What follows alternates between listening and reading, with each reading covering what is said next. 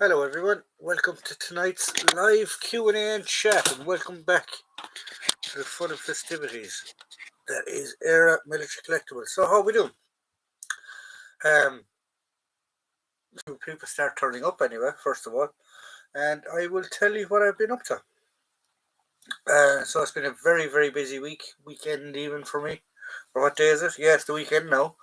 It's been a very busy week so far all week. Um, uh, Lots of stuff happened. I managed to get over to England for a show that was not on the cards. It was a last minute plan and execution. Um, and even the guys that I was going over with didn't know that I was going to be there. Bar two of them, because we weren't sure if it was going to work out in the end, but it did, and I got an awful lot of video equipment with me, or I had a awful lot of video equipment with me, so I got some videos done. There will be one going up right after this live. Um, and I also got some to work with Danny Reed, good friend of mine, probably a very best friend of mine now at the minute. Um, we got an awful lot of his collection filmed. He has a massive SAS collection, medal collection, some very uh, interesting artifacts that you wouldn't see only in for a small little specialist little collection. And it's fantastic. You might know him from YouTube, called Herefordshire Regimental Museum. Um, but yeah, that's Danny Reed. He will be on the video later on this evening as well, along with the lads from Living History UK. That is coming up at 2100. So I hope you tune in. Um, I hope people are starting to turn up. It says there's people coming in. As always, you can always leave comments in the comment section, and we will get around to your answers. So, as I said, yeah, I literally, there was no live last week because there was panic stations. I didn't want to let people down, and I didn't want to tell people because it was a very short, quick um, planning session to get to that event. Um, and it was very short notice. The whole event, I think, was put together in 4 weeks. It was in Aidencroft Museum in London, or not in London, in England, where they have it's a museum building, or it's a museum building. It's a building of, or it's a museum of buildings. Is the right way to describe it. Good evening from Sweden. Hello, my MRT. How are you? Hope you're keeping well.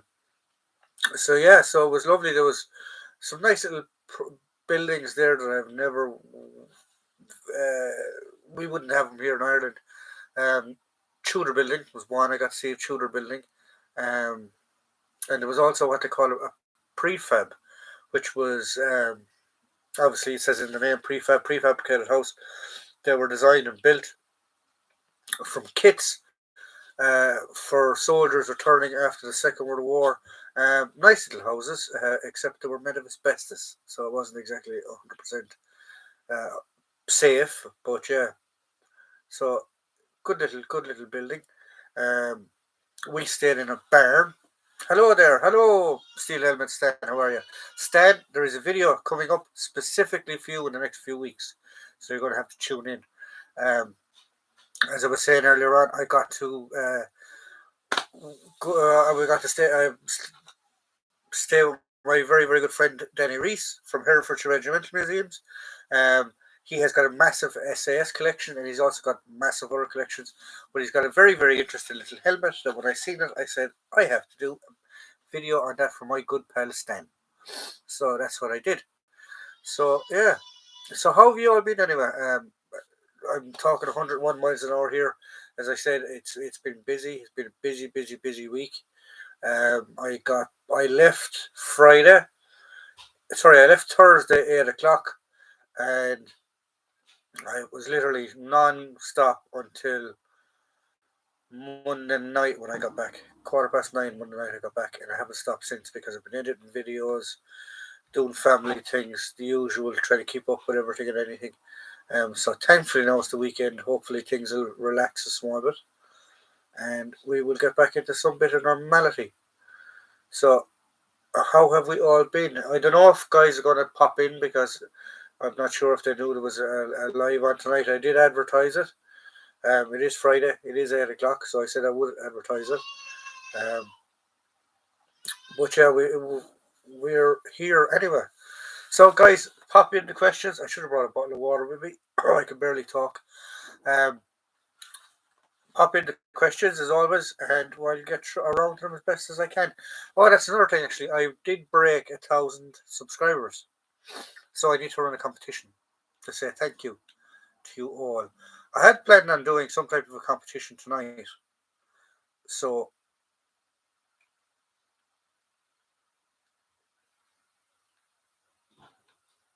um, so I broke 1,000 subscribers. It's a big achievement. So I was planning on running a competition, but I don't know what prize to give for the competition. So that is going to be the next plan of action for the next few days. Um, what do I give for 1,000 subscriber competition? And what do I do for 1,000 subscriber competition? Um, I did one for 500. Now it's 1,000, so I'll have to do something as well for 1,000. And I don't know what to do. Any ideas? Any suggestions? Yeah. David, hello, evening, pal. How are you? How are you? I don't know if Andrew Johnson will be on tonight. I think he is. Is he still on holidays? I'm not sure. But yeah, there we go. Um, so what has the collection been? Collection hasn't been getting really much anything. Congratulations on subs. I'm at 551. I've got 2 new subs every month. Very steady build up. Yeah, I was just literally ticking away the whole time, and then Danny, Herefordshire Regimental Museums, he has a big thing on TikTok. He does a thing on TikTok. I don't do a thing on TikTok. I don't like it. It's not that I like it. I just don't. Yeah, I don't like it actually. To tell you the truth, not my cup of tea. Not everyone's cup of tea, I suppose. Then every YouTube isn't everyone's cup of tea. I prefer YouTube because it gives you a back catalogue that people can go through, whereas TikTok it's very hard to find previous videos and stuff. Um, so yeah, he did the thing on it, and he managed to get me over the 1,000 in less than a couple of minutes or less than a day. So yeah, it was very good of him. Um, Dave Seal, hello, Dave. How are you? How are you keeping? New subscriber there, Dave. Nice to see you have your 1,000. Yeah, um, yeah. Look, it is what it is, lads. It's 1,000. It's not going to change anything. We're still going to be the same channel. I suppose we'll have to be acting a bit more professional with certain things. But yeah, it's. I've been getting an awful lot of feedback off of friends and stuff like that. Andrew Johnson, hello Glasgow. How are you? Um, are you on strike today, Andrew? Or is that all over and done with? Um, and an awful lot of people are looking for Irish documentaries. So yeah, there we go. Blame Danny Reese for the subscription. I don't blame Danny at all. You're more than welcome. You're more than welcome to this side of the pond and talk to us lunatics at this side. Have you got Kenny this week? You only have. If we get Kenny this week, you'll only have 999.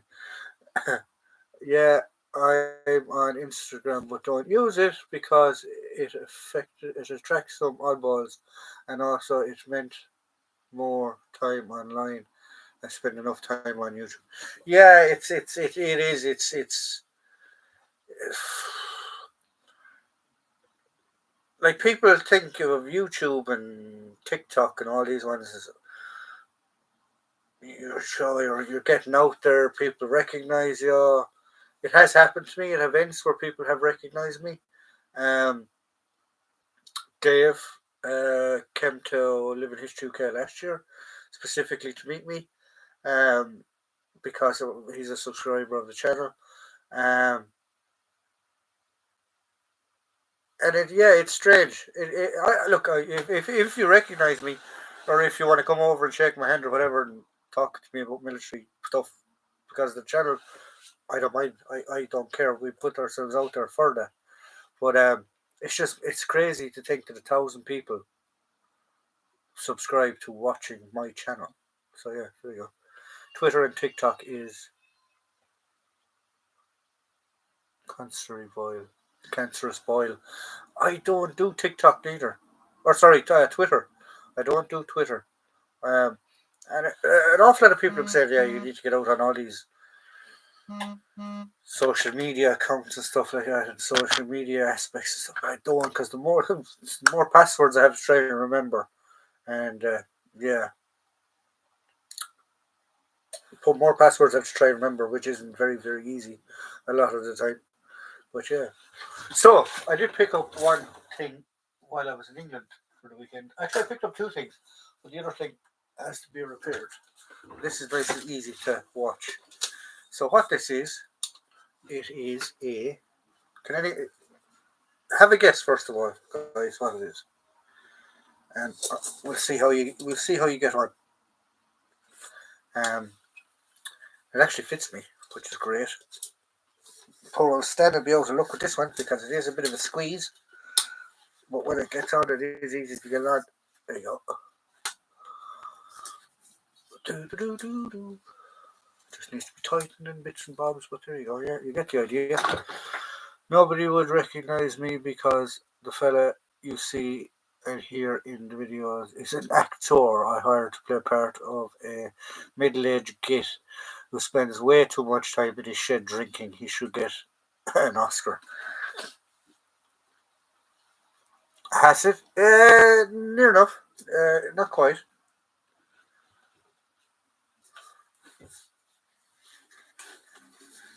Ugh.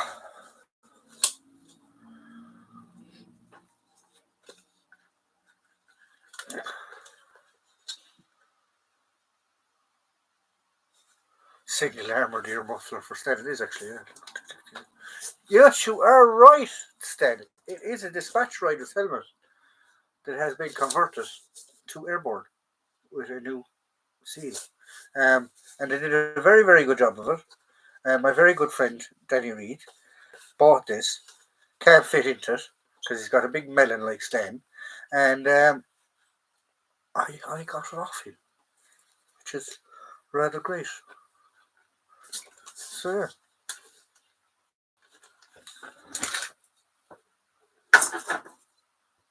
Let's go up there now on the helmet shelf. Cracking lid. It is a cracking lid. It's going to be it'll be in Yorkshire actually because I'll camo it up now for my Royal Ulster Rifles. Depending whether I'll do Royal Ulster Rifles or I'll do SAS again in Yorkshire, we'll wait and see. I wonder how long it will take before the head size. I wonder how long it will take before the head size mentioned. Sorry, Stan. I apologise. Single armored dispatch rider, then or thank you, Dave. Yeah, so there we go. Um, I apologise. We will stop talking about Stan's melon from now on the lives because we need to talk about something else.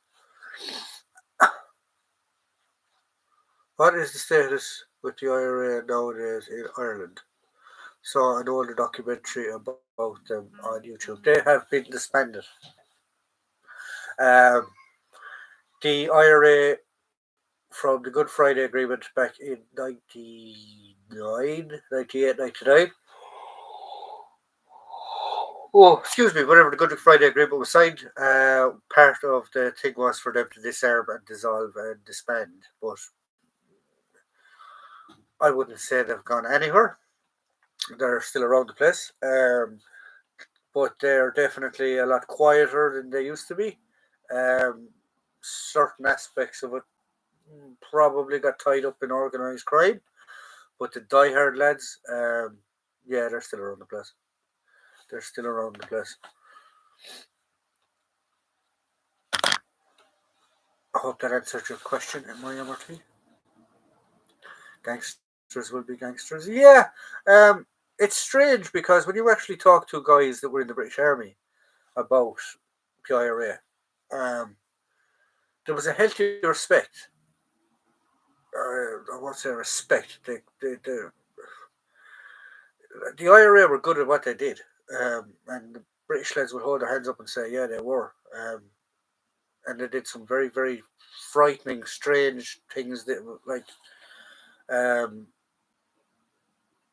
that really, really caught the English off guard. But they also did some horrible, horrible atrocities then as well. But every side did that. The UVF did that as well. UFF, the Red Hand Commandos, Shankill Butchers is a famous one, where they were literally just murdering people for the sake of murdering them and actually butchering their bodies. The Shankill Butchers.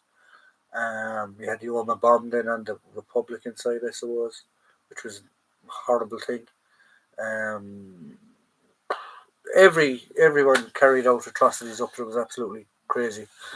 I was looking at a piece of price for EUDX. Some are nearly twice the price they were only a couple of years ago, and the amount for sale, at least online, is far less.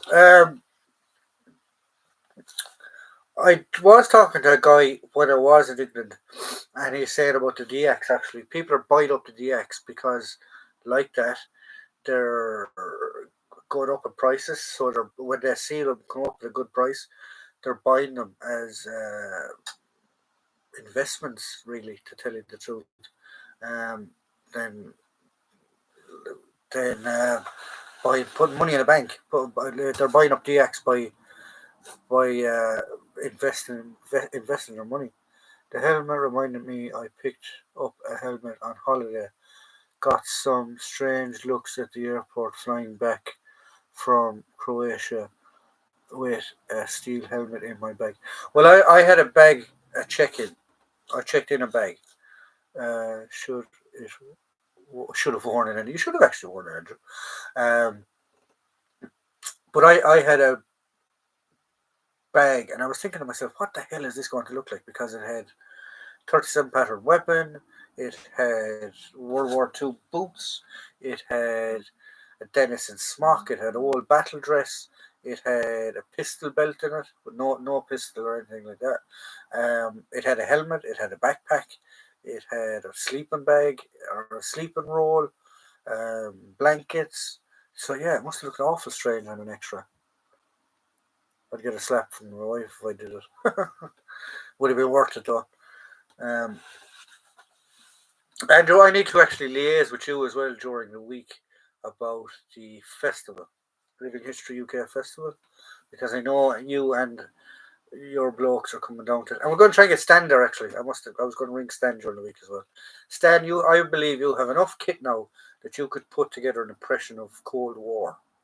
So you can come to the festival and do our banner with us, which would be a bit of crack. I think you should. I think I think Stan should. Who votes that Stan should come to the festival next year and kit up as our banner? My wife came home last night and I was watching a war documentary in the loft whilst wearing a Piat helmet. Well, I mean, you're better off being safe than sorry. Like Pasget helmet. I mean, I think you were perfectly safe wearing that helmet. You should have worn that helmet. Um, like you're better off being safe than sorry. I've sat in here watched movies on my TV with helmets on it. So yeah, or actually, what's that one of? Oh, I watched it there the other day. It's about a sergeant major in Africa. It's black and white. It's on YouTube. But basically, there's like a coup, so half the battalion take over, and he will he sort of keeps the mess safe.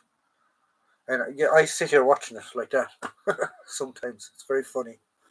I can't think of the name, but let's watch some questions here.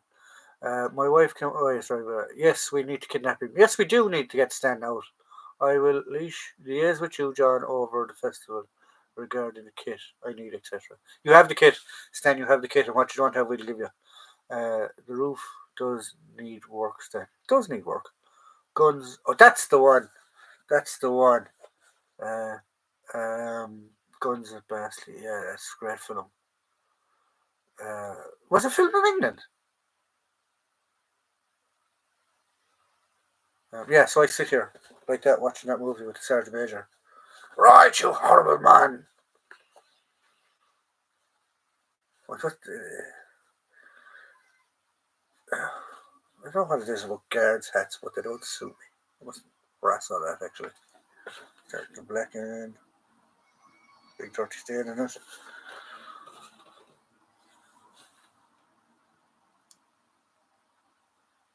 Certainly was filmed in the UK. Oh, no, well, but it's mad. Like the I can't wait to see this new Rogue Heroes, this SAS Rogue Heroes when it comes out. That was filmed exclusively as well, I believe, in the UK, which is going to be interesting because it's about the SAS in North Africa. So, you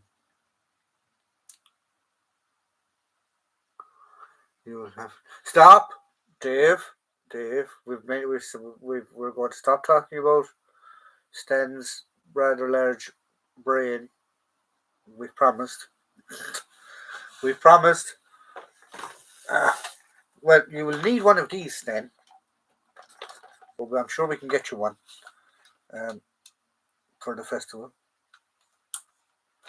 Relax, YouTube. It is a prop before you go having a canary. Although I have seen that Aries, not Aries, I think it's Aries, has brought out an airsoft metal one, FN. It's not this is an SLR, this is an L1A1. But he can borrow the SMG, actually, yeah, he can. Because Danny Reese is bringing me one of these for the festival. So I have one organised already. But yeah, so he's Aries, somebody anyway, and a gas one. Cox recycles the whole lot. But they're expensive. I think it's like £500 or £600 for just an airsoft FN. Um, then again, when I bought these were £480, €480. These were as airsofts. Yeah, so there you go. Yes, Dave, I have extra large Mark 5, Mark 6, so I can pick either. I reckon I could wear at least half of my 60 Selma collection. So there. Well, you actually need. Well, we'll talk about it later on. We're portraying a Scottish regiment. Well, I can't do a Scottish accent, but we're portraying a Scottish regiment. So there's one or two things that you have got already, I believe. And if you don't, I will get you.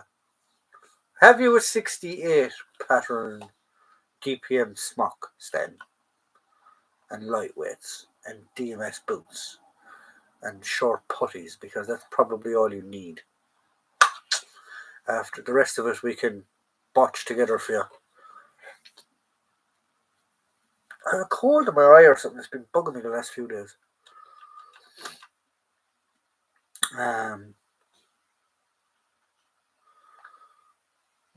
Guys, we've been on half an hour already. So keep the questions coming in, guys. And I will keep answering them. Has anyone come up with any ideas of what I can do for this 1,000 subscriber competition? I can barely manage an Irish one, mate. I know.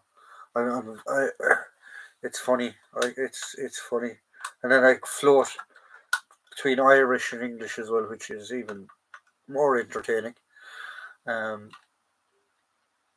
But yeah, I need to sit down over the next few days with my family and stuff and work out dates of things. Jude Steins, are you still in train acting? I am Jude. Hello, how are you?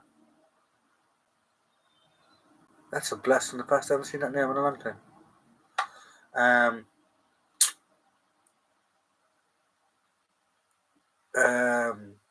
yeah, I need to sit down with my family and stuff, and we need to work out what shows to get to the next year. I have to. I really have to. I have to try and get to some shows in Ireland next year. But yeah, we saw that.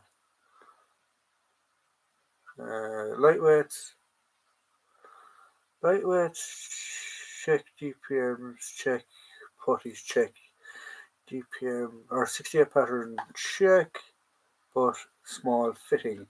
I have lots of 58 pattern webbing and 2 wide. I'll have. We'll talk later, Stanley. I'll see if I can get you with 68 pattern jacket somewhere. Jude, hello. How are you, Jude? Are you still doing the armory work, actually, Jude? If I remember correctly, that's what you used to do years and years and years ago. Jeez, it must be about 10, 12 years now since I spoke to you, Jude. I hope you're keeping well.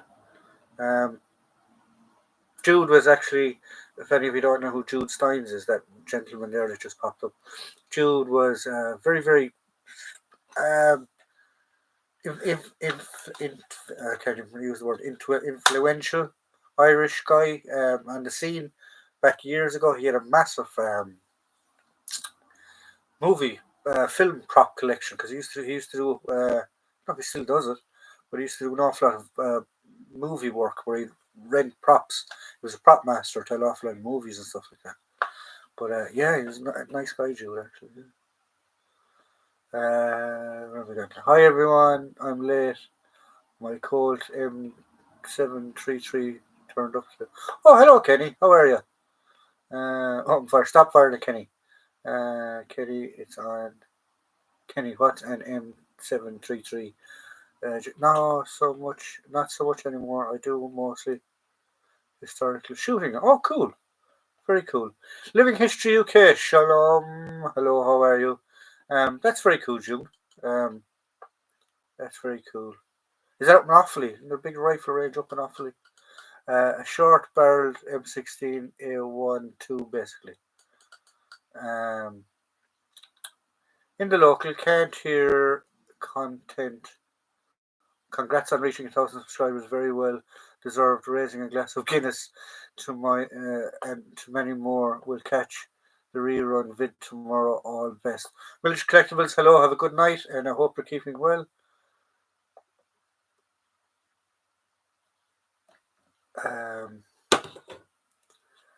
Steelhammer Stan. Okay, Shalom, Living History UK, Shalom. If any of you actually, I forgot to mention it, I did at the start of the video. 2100 tonight, there will be a video with Living History UK where I went to Aidencroft and we portrayed the first SAS in 1944, just before D-Day, when we were in training. When I die, I want to go peacefully like my grandfather did in his sleep. Not screaming in fear like the passengers on his. Oh, it's a joke. Oh, hello. Okay. Enjoy Guinness, CJ. Not my poison.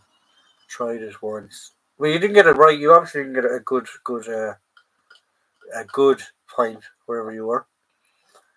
Jude, yes, in Blue Ball, I've added an L1A1 to my collection since, and a few other pieces. Very cool, Jude. Can you get an L1A1 on license now in Ireland? Actually, you'll be very, very good there because I keep getting asked questions. What is the actual licensing on firearms in Ireland? I know every gun has to have a license, and I know it's actually the ammunition, not the weapon, that is licensed. So, what can you actually get and what can't you get in Ireland? Village Collectibles, do you do appraisals? That is a good question. I don't know if he does. He's obviously doing Guinness right now at the minute is what he's doing. But yeah, the licensing in Ireland, if I can remember, because people have asked me that in the past.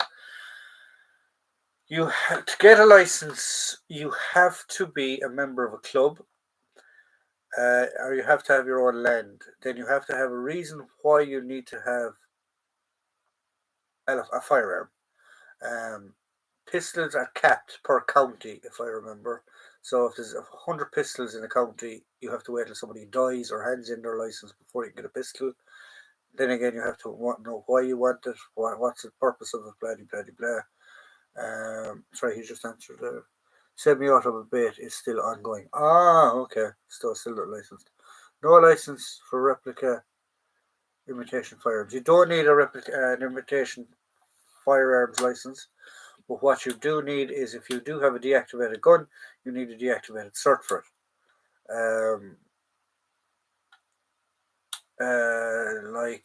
Like my brain has a deactivation cert for it. If I can bring that to shows or anything like that, I have to bring my deactivation cert with it. If I'm stopped by the police or anything like that. If I'm leaving the country with that to show the UK or anything like that, I have to declare it. If I was bringing that, I'd normally be driving anyway. I'd have it in the car. If I got stopped or questioned or anything, have I anything in the car? Yeah, I have a deactivated firearm in the car. That's the cert. Blah, blah, blah, blah, blah. No centre fire pistols since 2009. Oh, okay. So rimfire pistols, stuff like that, you can still get.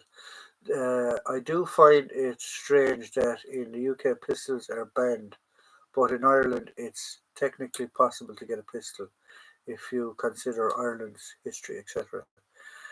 If you get me, yeah, you can, you can get pistols in Ireland.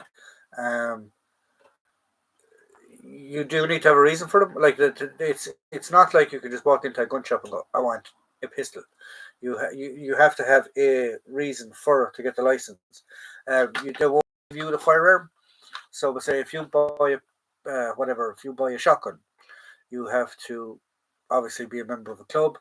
Have I think it's three people's permission to fire on their land. If you're not a member of a club, uh, or if you're not a landowner as well. Landowners are automatically sort of given a waiver that they're allowed to have shotguns and rifles for vermin control.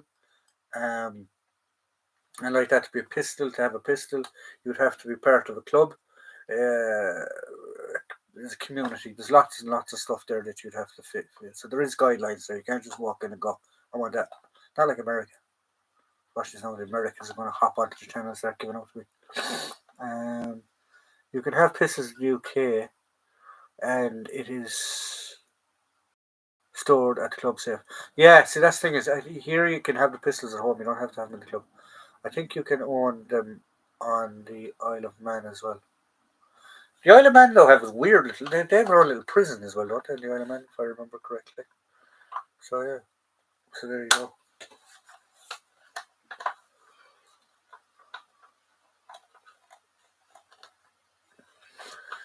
So yeah, in Ireland, in relation to we've talked about this subject before, but if people want to answer, I'll talk about it again. I'll talk about it again. Um, in Ireland, it's easier to get the likes of this, which is airsoft, for shows and stuff like that. It's easier to get these. You can get DX, but they're literally only sold at shows, or where to go. Where you need to know people to get a DX. Whereas there are specific airsoft shops in the country that you lads can go to. They can uh, pick up stuff.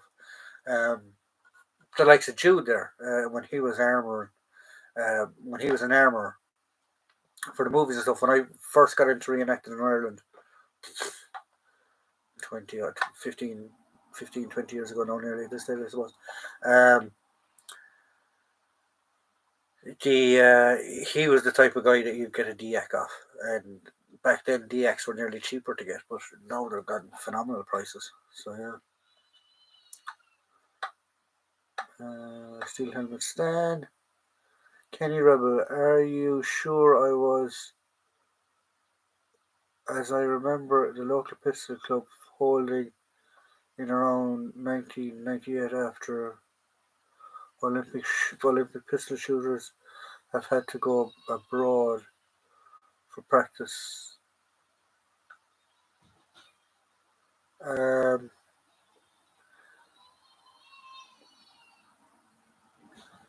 yeah, I do know that the English have introduced some laws that basically meant you can still have a pistol, but you have to have a protruding barrel on it, and you have to have a grip off the pistol of it, and it was strange.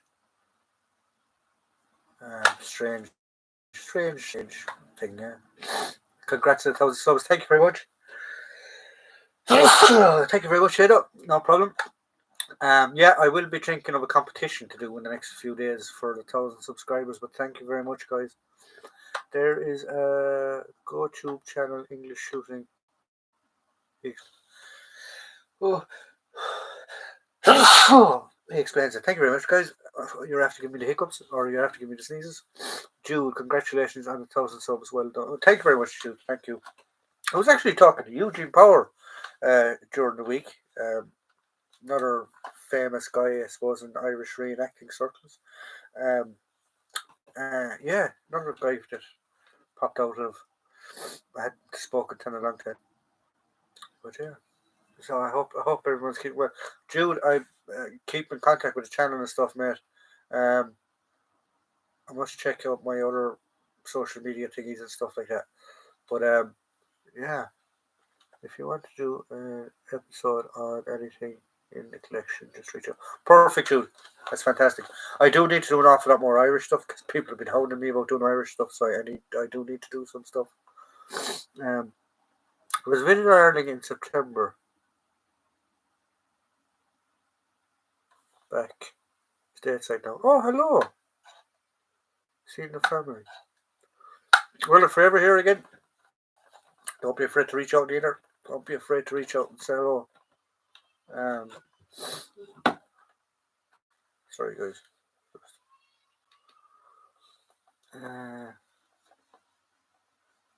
Cheers, Kitty. I've seen his channel a few times as I own an air rifle and target air pistol. I sometimes do go to the local range for local target shooting. LD. Evening. Hello, how are you?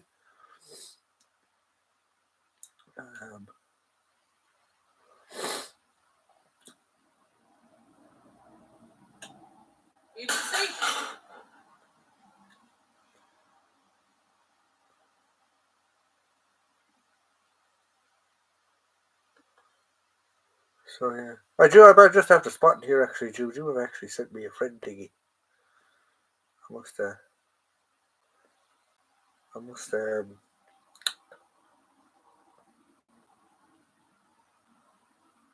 we go. Oh.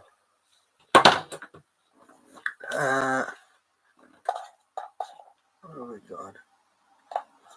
I used to do Hift Hunter Field target comps.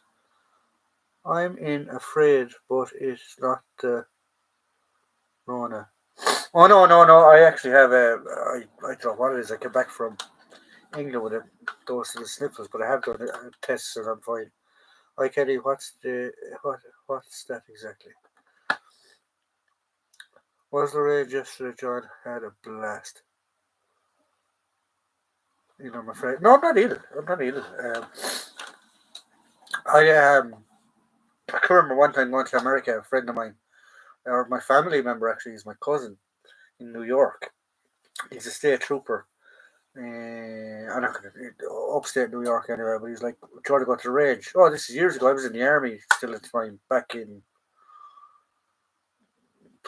1999, 2000, 2001, around there somewhere. It was after. It was definitely after 2001 because I remember going to see 9/11 with him, or go to see the World Trade Center. But he's like, we'll go to the range. So I was like, oh, yeah, okay, we'll go to the range, whatever. Basically, don't care. Expected to do like clay pigeon shooting or something, but it's not. You walk into this room and you pay a deposit of, I can't remember, it was like $20 for a rifle, and then it was like $1 a round after that.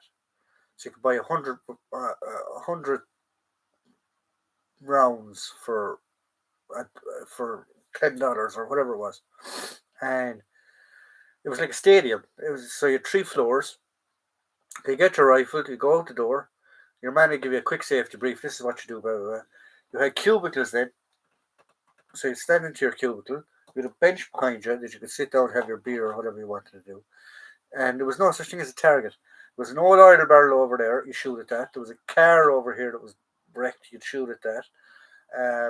Like that again. There was an old oil barrel further out. There was something else further out.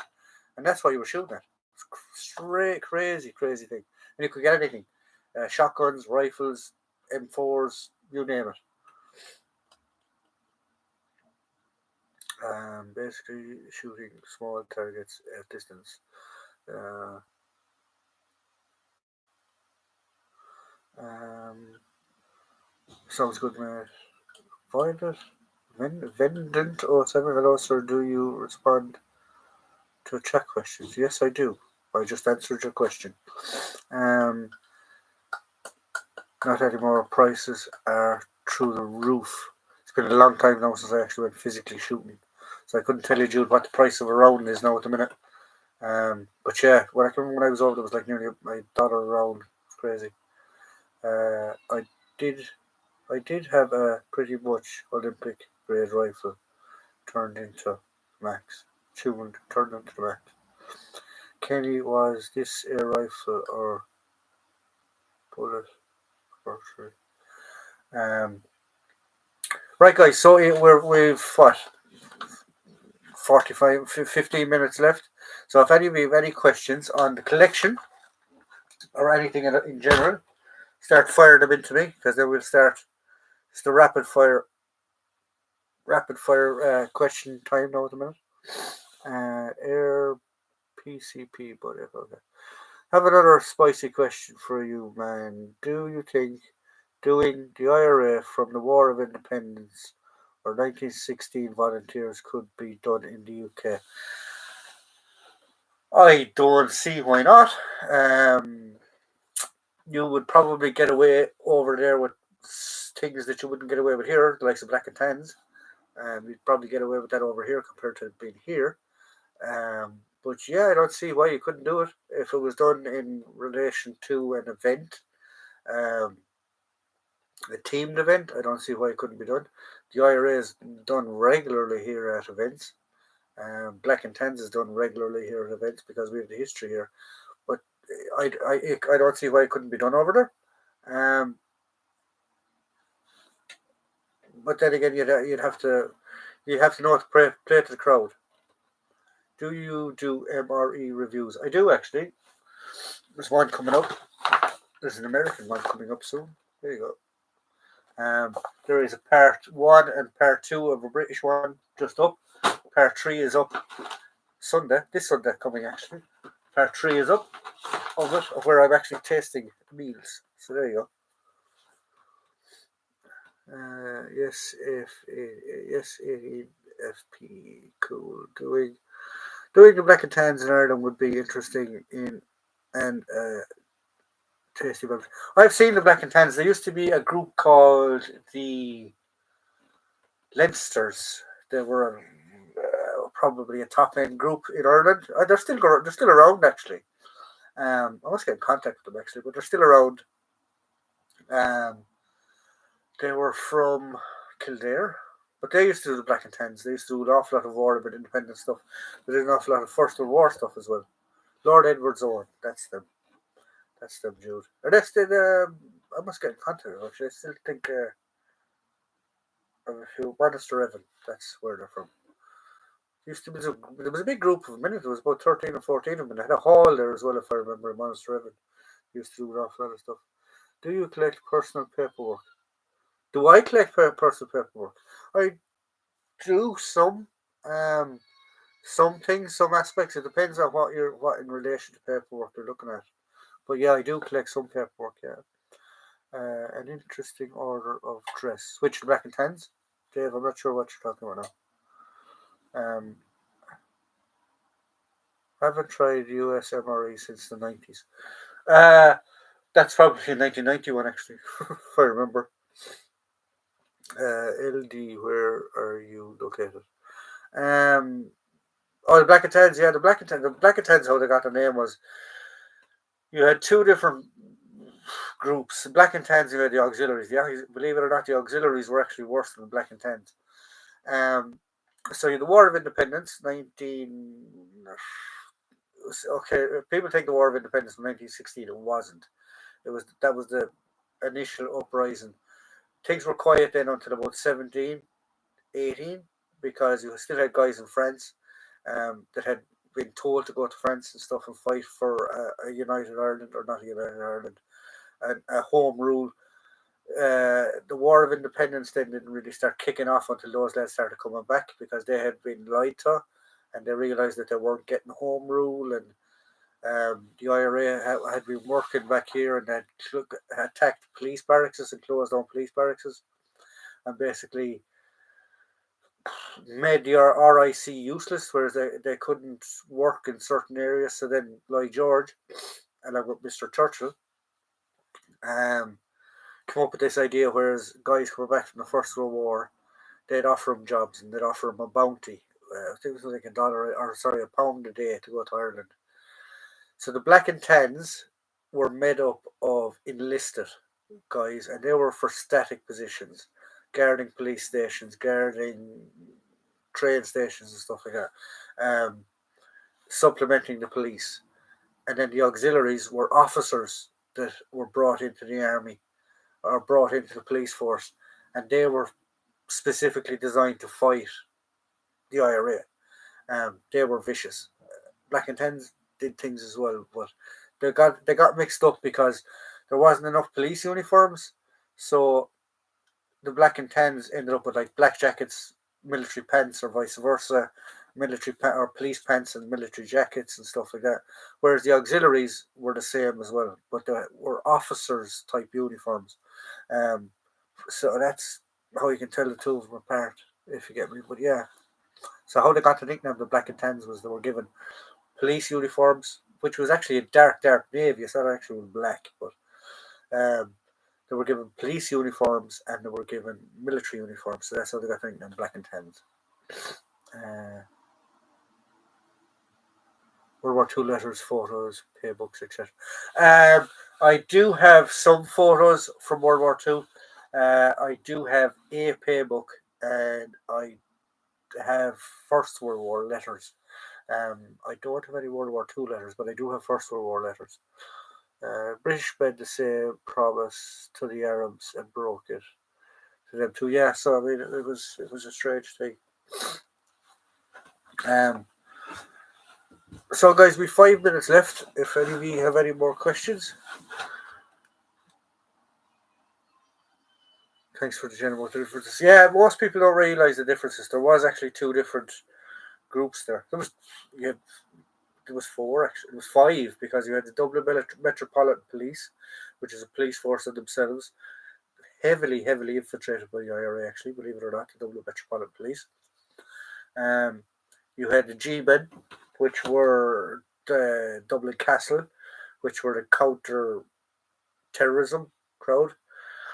Then you had the Army, then you had the RIC, which was the Royal Irish Constabulary. So they were the main 4 security forces in Ireland. Then later on you had the Black and Tans, what became the Black and Tans, but in the Black and Tans were split. So you had the Black and Tans, and then you had the auxiliaries. What carry handle rifle do you have? Carry handle rifles do you have? Well, that is a carry handle. I have 2 of them. I have the timber one and the furniture version. What else am I able to carry handle? My brain has a carry handle, but I'm not taking it in the box. My XM177 Echo 1, that has a carry handle.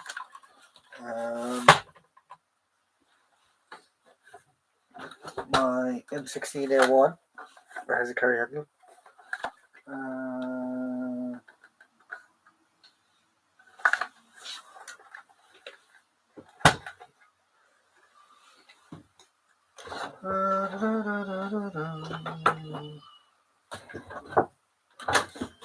Does my G3 have a carry handle? Should have.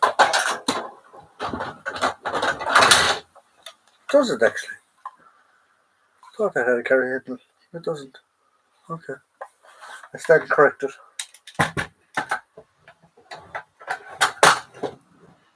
Yeah, so I have 3, 4.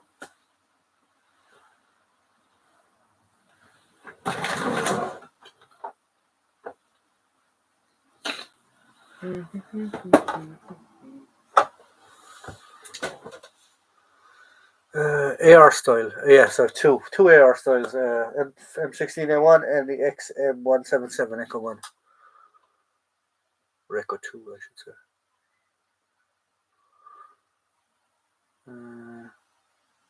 Come out, you black and tans, come out and fight me like a man. Steve, stop. I'll sing that later. Would you buy an original World War II German helmet, and considering sterling prices, it around 500 plus, is it worth it? Yes, yes, yes, yes. Original stuff like that. Don't look at the price now, okay? Because if you look at the price of like our banner stuff, I can remember getting Mark IV riot helmets for £40. They're over £200 now at this stage. Um, they're investments. I know this is going to sound crazy, guys, but that is an investment piece. That will only get. There's going to be very few of them are going to be in private or in massive circulation. You buy an original, and it is only going to go up in price. So yes, if you're ever going to buy an original, buy an original. Be very, very. Do your research into it. Get guarantees off the guy who sells it to you that it's a money back guarantee. And if you find out it's not original, he'll take it back off you. Stuff like that. I think regimentals do that. There's some other ones that do that type of guarantee. But yes. If you get something like that, they will only go up in value. I know the initial cost is a lot, but the price constantly goes up. You'll never see the price of something like that coming down. It's always going up. So it's an investment. What I've started to do now, as well as all the stuff that I've bought, is I have it in a book, and I have the price I paid for it. Because God forbid, if anything happens to me, my family comes in here, they know, okay, what this is worth. This is what he paid for it. So it's obviously got to go up in price since then. So there you go. AR style. Oh, well, there you go. What is the one hall of? That is one hell of a chamber pot stand. Those prices, lads. Yeah, they are initial price is big on them, but they are worth it because the price of stuff does go up. I have a FAMAS carry handle is ridiculous. Yeah, the cocker handle is actually inside that carry handle, if I remember correctly, on the FAMAS. Dave, no. I would have to buy pay double for the sizes. Anyone need to make John an armorer's rifle rack? I do need a rifle rack, lads. There will be one going into the Man Cave Mark 3. So yeah, I'm thinking that way, but I'd only buy one. I often wonder where DDR stuff will be. DDR stuff as well. That's another prime example. I remember initially when DDR stuff was around the place, East German stuff was around the place. It was absolutely dirt cheap. You could buy a full uniform for £15. Now look at the price of it. Like all that stuff is getting higher and higher and higher. It is getting harder to get. Same as that banner stuff. RUC stuff is ridiculous. I remember getting RUC caps for a £5 and a £10. They're over €50 now go like. So yeah, all that stuff is an investment.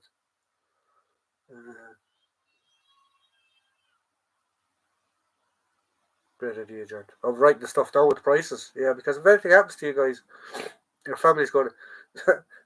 As a friend of mine said one day, he said, I have a book to tell the price that I paid the wife, how much I paid, and how much I actually paid for it. Because don't sell it for what I told you it was worth. Yes, John, I've been planning to document my collection so far. I've only tagged half my helmets. I'm a lazy bugger.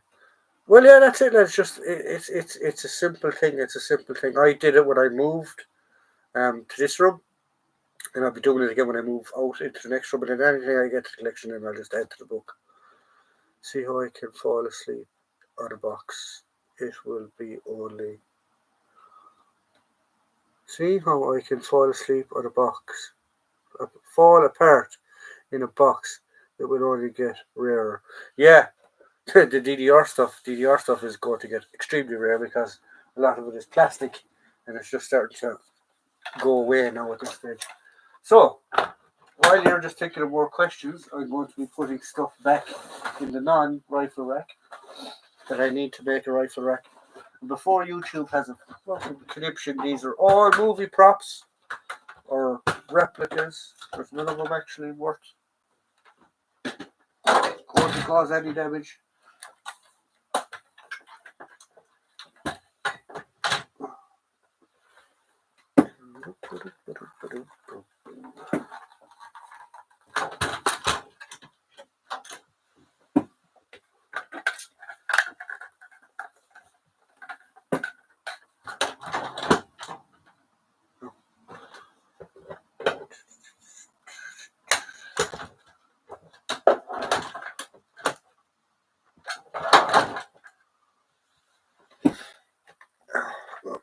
Go over there. No.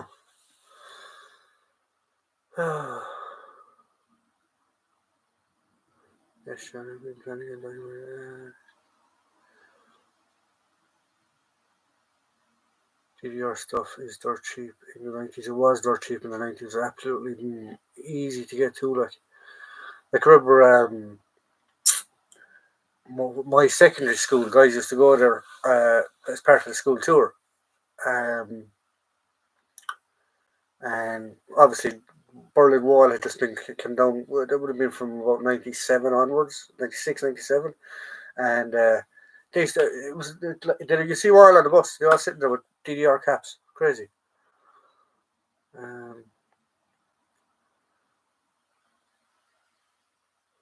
bought an AK bayonet and Headmaster Conservation at it. I paid $250 for it in 92. So there you go, yeah. I mean, when you add it up, you get 4 pairs of World War II binoculars for around £400. There you go. What models? ATM. Not sure, Dave. I've only got 12. 59 then. Right, guys. So that's it. Been a lovely live stream as always. There will be a video going up now shortly, right after this, where it explains where I was last weekend. And my good friend Danny Reese, I got to look at his collection, so you will see a series of stuff coming up as well from his collection. So I hope you enjoy, guys. Stay safe. Same time next week, 8 o'clock, and I will see you all then 8 o'clock next Friday for the live stream. Hope you have a good time, guys.